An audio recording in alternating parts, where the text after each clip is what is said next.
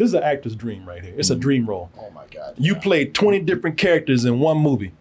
And most of those characters are terrible on purpose. Because all of them are an assassin stereotype. Uh-huh.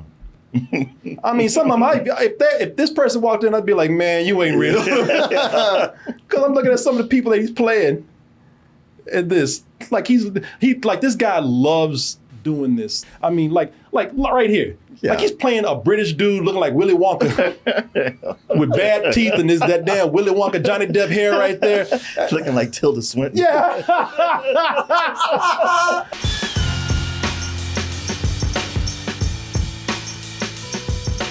I'll be back to doing my comedy show in New York. And you can get your tickets now for that. People, you know that I've been going to New York and doing a comedy show there, and it's been going very well. The venue has been asking us to come back and just pretty much gave us a regular thing now. So I'll be there on June 21st, back at the Broadway Comedy Club and back in the Red Room, 9:30 show this time. Get your tickets now. These shows have been selling out every time we do them. And you can get your tickets by going over to BroadwayComedyClub.com, or you can go to Double Toasted NY and get your tickets now. So most of the true story movies that we see today, they get away pretty much just lying their ass off. Mm-hmm. They get away with lying by saying, based on, this is what I really love when people start talking about, man, I think you bullshitting. Then they start saying, okay, loosely based on. Yeah, all right, loosely based on a true story. So it is really refreshing to see a movie start out by saying, nah, we full of shit. Yeah. Nah, and most of this shit is not true. Hope you enjoyed the movie. Don't come in here looking for a documentary. We are here just to entertain you no matter how much we gotta lie about it. And that is what we get right here. You know, with this movie, Hitman, I mean, they even admit that line at some point in the movie. At some point in the movie, they say, yeah, we just made this up. Yeah. Yeah, well, that didn't happen. Oh, and you know what? Man, this is one of the most honest ass movies I've ever seen. They are lying so much that they say that, but we want y'all to know that we lying. You know, we ain't got nothing to lie about. We lying. This movie, they even say that the story for this movie that I'm about to tell you about, it takes place in Texas. They said we ain't shooting in Texas. Yeah, too expensive. Ain't no tax breaks in Texas. We're going. Hey, listen, let's rewrite this shit to take place in New Orleans or Louisiana. Yeah. Yeah. So the movie we're talking about is Hitman from Richard Linklater, and so this movie is based on a guy named Gary Johnson. Gary Johnson is a mild-managed. Ain't nobody managing Gary. Gary, goddamn fool. He's a mild-mannered college professor by day. But there are times that he works for the police department and he becomes, well, who knows? Depends on the job, man. You know, he could be anyone because you see, his job is to catch people in the act of hiring a hitman for a contract killing. And every client has an image of the perfect hitman. And he's willing to play that part. Especially when it might get us some ass. Hey, I think you got a good system going. Yeah, you got a good system. Got a good deal right here. You guys got any taking applications for that job? Yeah, boy, it's a job with so many benefits. You get to act a fool, and every now and then you get to sleep with the client. We'll explain more about that in a little bit, but let's go ahead and watch this trailer here for Hitman, which just premiered on Netflix this weekend, and it is the #1 movie out there right now. Do we agree? Let's go ahead and take a look, and we'll be back to let you know what our review. No, I don't buy it. My name is Gary Johnson, and I'm a fake hitman. Please don't let me be misunderstood. Well, shit, if they lying, then why should I watch? I don't be lied to. Well, you've been lied to for over a century now. It's the first time Hollywood's done this. Hollywood's always been lying about movies that are based on a true story. So, you've been watching them for years. Why are you going to stop now? And some of them have been very entertaining. And that's where this comes in. I think that, I think this is a very entertaining movie.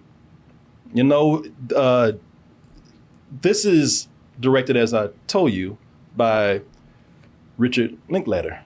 And Richard Linklater, who is from Austin, as I said, homeboy done well. Richard Linklater has two modes, man. So there's art house Rich. He puts on that beret. Sometimes he put on a little mustache or something. He goes out there and does stripy shirt. Yeah. And he goes out there and he does, these pretty much sometimes experimental movies. Yeah, no, not just art house, experimental movies. This is a guy that likes to experiment with animation, likes to experiment with different formats of film, digital. This is the guy that experiments with time in movies, real time. I ain't talking about time travel. You know, this is again, and you've seen some of these experimental films that he's done, like take one of his most experimental, Wake in Life, which was his animated, one of his animated films. You want to keep things on an even keel, I guess is what I'm saying. You want to go with the flow. We're in motion to the ocean. We are not landlocked, I'll tell you that. He's like, I'm gonna be sick. This is why I don't talk to my Uber drivers.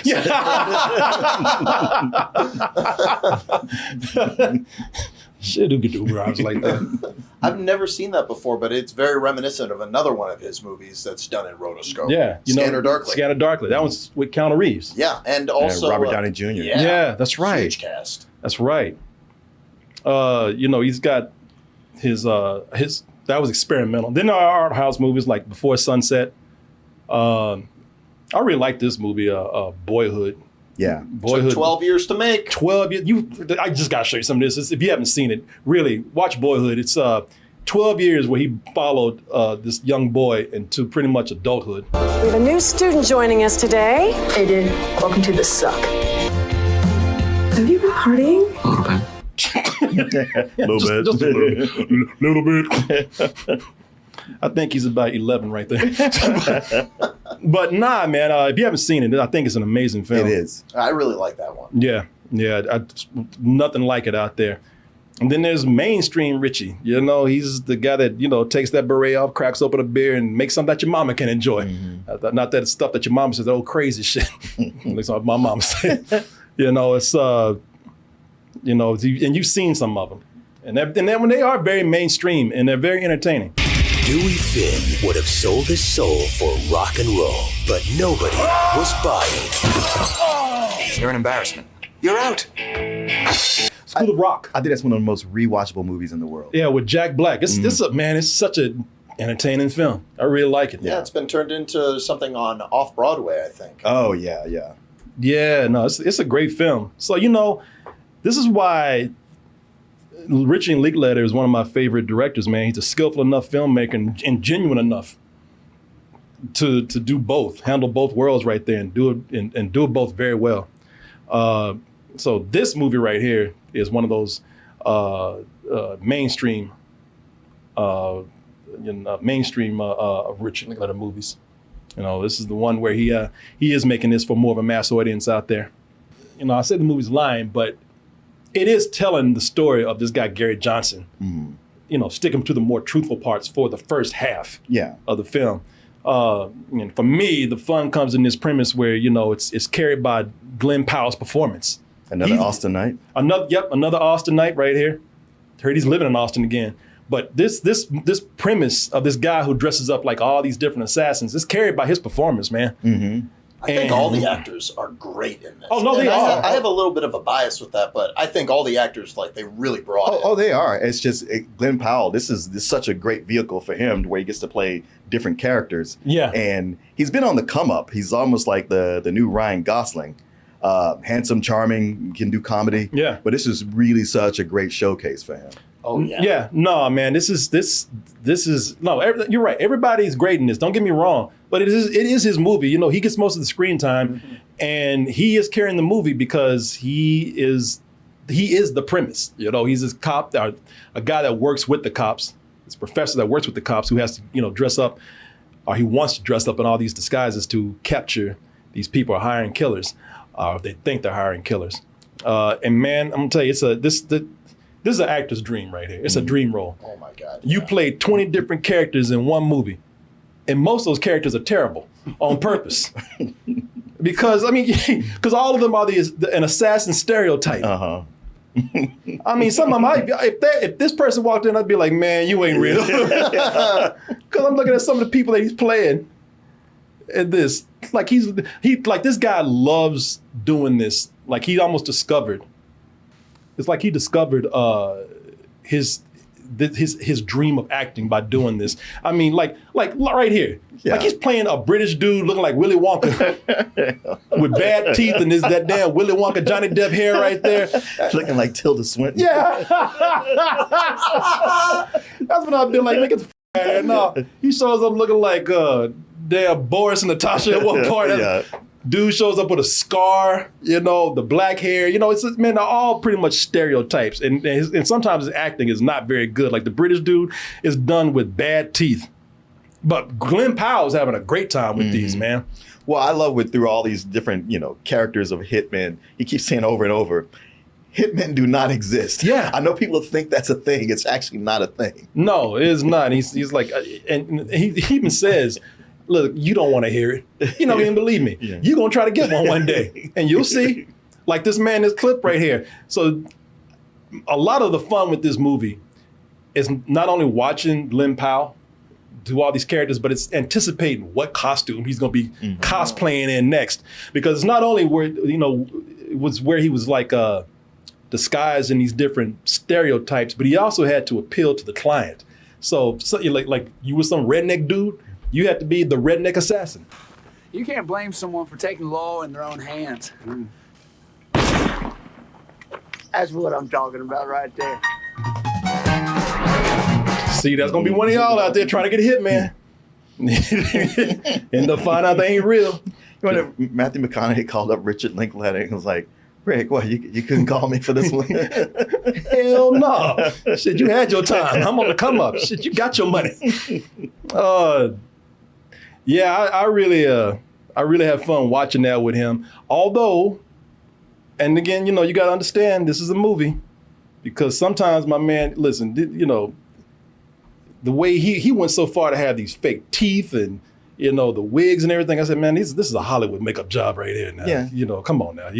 They did a good job. One thing that I noticed behind the filmmaking of this is that it is very over the top. But did you guys notice that the colors were really muted in this, and it gave it like a look that was very grounded to me? That, and also there's not a lot of music in it. No. Yeah, I didn't even think about that. No, it's it's very peeled back, this movie right here.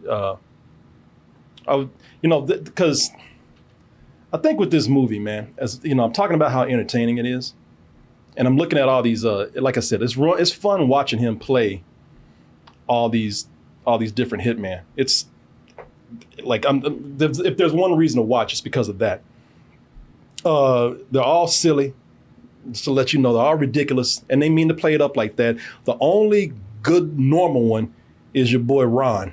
His character he plays named Ron, and even then, he's only relatively normal because he's still above average sexy. Ron is too smooth. Yeah, it's almost like this guy Gary Johnson saw that his target was a fine ass woman and made Ron sexy on purpose so he could throw some game.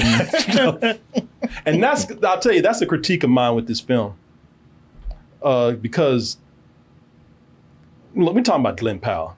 If anybody's been following Glen Powell, I'm gonna pull up something right here so you can just see what we're talking about. So Glen Powell, needless to say, handsome guy, ain't gotta tell you. But in this movie, I'm looking at this right here, and it's one of those movies where they're working with a guy so handsome, they have to they put in work to make him ugly. And some of us not convinced that, all right, I ain't buying this shit. Like Gary Johnson before Ron, he's like they try to give him greasy hair, these nerdy glasses. I'll give you that, but them damn blue jean mom shorts he got on, them Georgia, come on, man. They made him into a cat lady. It was like, okay, they really have to go out of their way. This is what I've been talking about with these actors now and there who are all built and buff, and then when they try to play regular guys, I'm like, yeah, this is not really authentic right here. No, it's like, get the out of here, man. Gary Johnson's the dude that goes home and eats macaroni out of some plasticware and hangs out with his cats. But somehow between eating that macaroni and hanging with the cats and the time we see him at school, we don't see the parts where he's going to the gym and working out. Looking sexy and shit. All right, it's like, come on, man. Gary Johnson don't do that shit. Right. In fact, even in the movie, they describe Gary Johnson as just a down to earth dude, everyday dude. That ain't Glen Powell, all right? Right. No, that's probably a critique of mine. I mean, I don't let it get in the way, but it's like, come on, man, it's Glen Powell. While that first half is probably still somewhat exaggerated from the truth, the first half is more of the true story. Sure. It is adhering to that history of what happened with this real person, Gary Johnson, including a woman. It's in the movie. A woman who wanted some sexy time after he killed her husband. That is actually part of that is actually part of the true story. If you see the movie. So when you have that going on, that's the part I actually had the most fun with. I thought it felt more original, and I felt, it was unpredictable for me where it was going to go. The part that they want to start making up. So if the real story kind of ends with he meets this woman. This is the real story. He meets this woman who is getting abused by her husband, and he convinces this woman to not go through with this, take the money, leave her husband, and start a new life. And she does. And that's the end of that. And he says, that's the only time I would have done that to somebody. This movie is a big what if.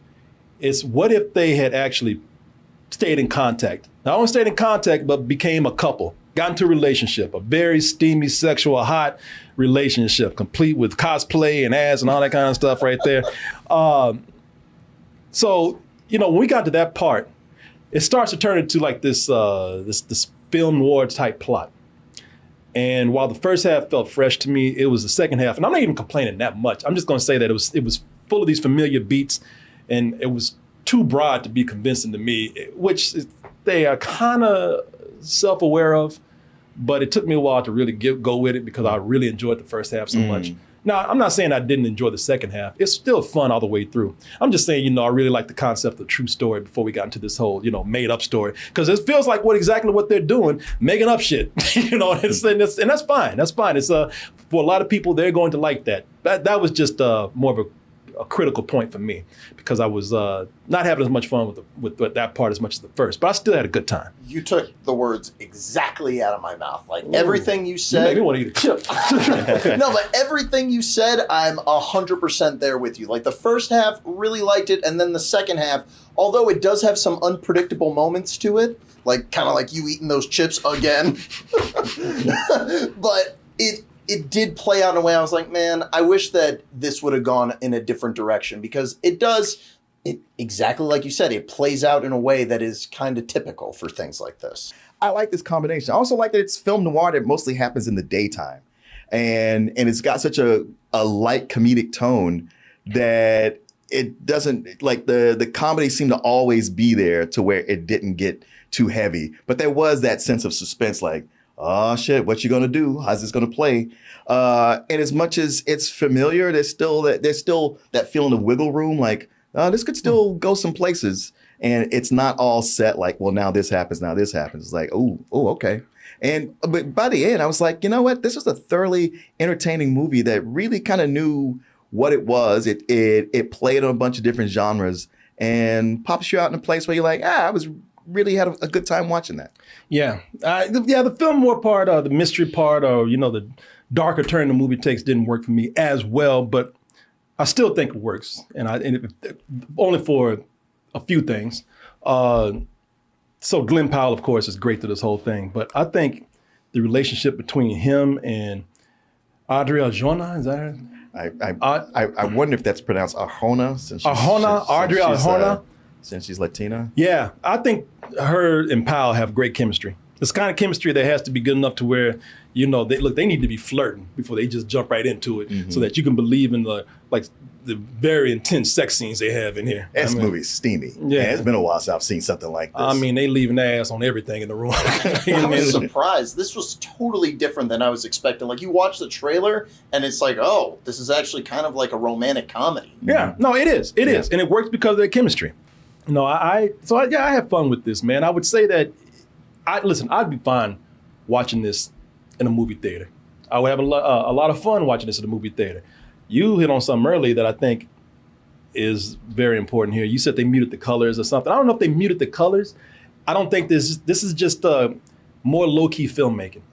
Like there's not a whole lot of fancy cinematography. It's mainstream, but he still has his indie roots. Yeah, well, it just feels like it feels, and this is not me criticizing this is not meant as an insult. It feels a step above like television filmmaking. Like it feels like it, because there's nothing crazy about the lighting. There's nothing fancy about the cinematography. When I say it's down to earth, it's very straightforward filmmaking. It's kind of bare bones in a way. It looks slick, it looks professional, but it looks like something you see on streaming. Sometimes streaming even looks better. So, I think streaming is fine where it is. But that doesn't mean I'm giving a rent or anything. I give this a high matinee. I'm getting my rating right now. Don't y'all rush to do it. I just kind of ended up here. I don't know why. But sometimes that happens. Yeah. Oh yeah, I would give it a high matinee. I enjoyed this. I think people would like it even better than I do, like you did. Yeah. So I would see this, man. It's on Netflix. What do you got to lose? Really, what have you got to lose? What do you got to lose? And plus, Netflix. If you turn on Netflix, it's the first thing that pops up. It is. Like Netflix does that. Whenever it's a new movie, they don't let you escape it. Sometimes I watch stuff just because I was like, all right, fine. God damn it. It's happened more than a few times. And while streaming is good, if I'd seen it in a theater, I would, because most romantic comedies I think are lazy, and this one isn't. And there's so much on it that, quote unquote hits, where it could have not. And it could have been places where I was like, oh, well. But I was like, no. I didn't get hung up on the, well, this is true, this isn't, because right off the bat, it says inspired by a true story. So that's pretty much them saying, like, listen, generally the idea came from it. Don't expect anything beyond that. And so I was never hung up on it. I love the way the story plays. I like the way it plays with, like, it feels like it's one thing and then it's actually something else. So, yeah, I liked it a little bit better than you. I give it a little full price. Yeah, I think that the first hour is much stronger than the second one.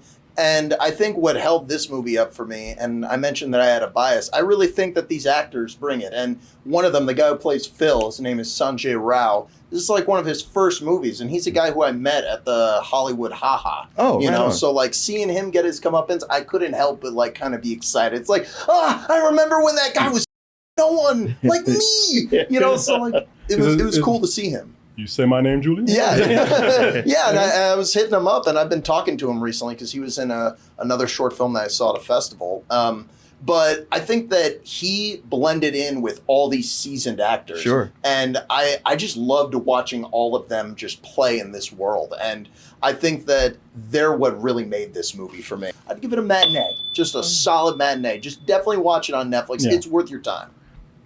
Glad you brought some of these other performances, because I forgot to mention somebody who I thought was pretty exceptional in the movie. And that is this guy, Austin Amelio. Oh, yeah. Who is from Austin, by the way. Damn, all these people from Austin. Yeah, how come we ain't in the movie? We get a call.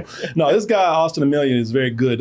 He's very good. Yeah, he plays this character, Jasper, who is actually pissed off at Gary Johnson because he took his job. You might remember this guy from The Walking Dead, right here. They turn the side of his face into taffy or bubble gum or something. So yeah, it's a very, like I said, very enjoyable movie. I would highly recommend watching it. Yeah, I think if it would have made me laugh more, I would be more higher up on it. But a lot of the jokes weren't quite hitting for me. Like I was sitting there smiling the whole time, but it wasn't making me like laugh out loud. But I have a dumb sense of humor. Yeah. That's just me. Well, you made it to the end of the video. That must mean you really like what we do. So if you do, check out these other videos just like this one. Check out our other YouTube channels and subscribe to join our wonderful Toasty community. And as always, stay toasty.